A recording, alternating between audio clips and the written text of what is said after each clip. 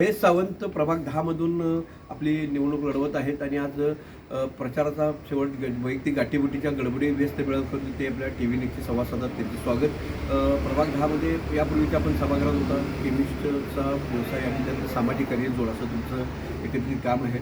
तर काय एकत्रित तुमचा अनुभव आहे? काही नाही, की आता प्रशासकीय कारकिर्दीला लोक कंटाळलेले, लोकांची कामं होत नाही. त्याचबरोबर कधी नाही ते नवीन पद्धत आली आणि या पद्धतीचा फायदे तोटे नंतर समजतील. पण एक फायदा असा झाला की चारी ताकदीचे उमेदवार असतील तर पॅनल मजबूत होतो आणि विजयाला म्हणजे विरोधक नामोनिशाण होतो. विरोधक सिंगल मतं मागायला आणि आम्ही पॅनलनं मतदान मागवलं, त्यामुळे आमचा विजय निश्चित आहे. हा प्रभाग जो आहे फार मोठा आहे आणि नागरी वस्ती म्हणजे जुनं कोल्हापूर आणि नवी कोल्हापूर असं दोन्ही वस्तीच आहे. तर अपार्टमेंट पण आहेत आणि जुनी घरं पण आहेत. कसं आहे एकंदरीत रिस्पॉन्स अतिशय चांगला आहे.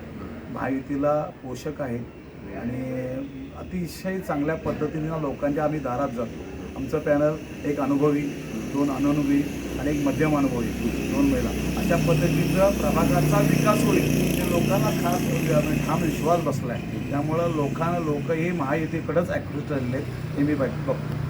अजय इंगोले आहेत, इंगोले परिवार आहे, अर्चना कोराणे आहेत, ॲडव्होकेट पूर्वा सागर राणे आणि आपण महेश सावंत असे चौघे म्हणजे पक्षीय बॅग आहे, सामाजिक कार्याची वाट आहे, म्हणजे सगळेच प्लस पॉईंट तुमच्या बाजून आहेत.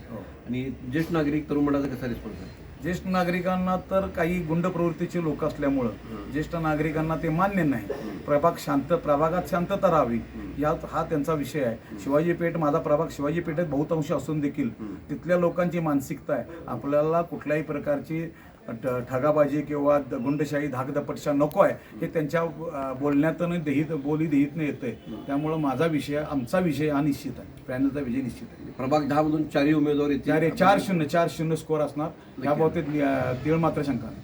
प्रभाग 4 मधून 4 आपल्या 4 उमेदवार विजयी होतील आणि गेल्या सभागृहाचा त्याला मोठा अनुभव आहे. त्यामुळे त्या प्लस पॉईंट करून नव्या सभागृहात तुम्ही कोल्हापूरचे सर्व प्रश्न सोडवाल यासाठी शुभेच्छा. TV नेक्स्टसाठी आपण वेळात वेळ काढून शेवटच्या गडबडीत भेटलात आणि आपल्या मनोगत व्यक्त केलं, आपल्या भावनाही आपण व्यक्त केल्यात, त्यावेळी मनपूर्वक आभार. धन्यवाद. थँक्यू.